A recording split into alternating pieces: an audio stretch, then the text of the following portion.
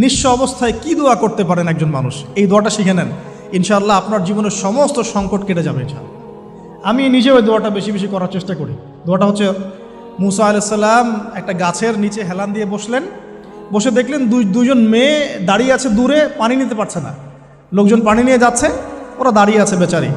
মুসা আলাইহিস সালাম গিয়ে বললেন, কি সমস্যা আপনাদের?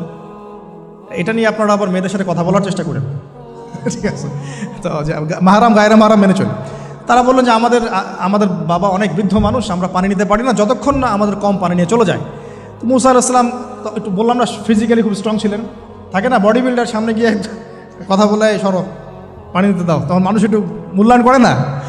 তো মুসা আলাইহিস সালাম এভাবে পানি নিয়ে দিলেন এবং বাছুরদেরকে পানি পান করালেন, করিয়ে গাছের নিচে এসে বসে আছেন।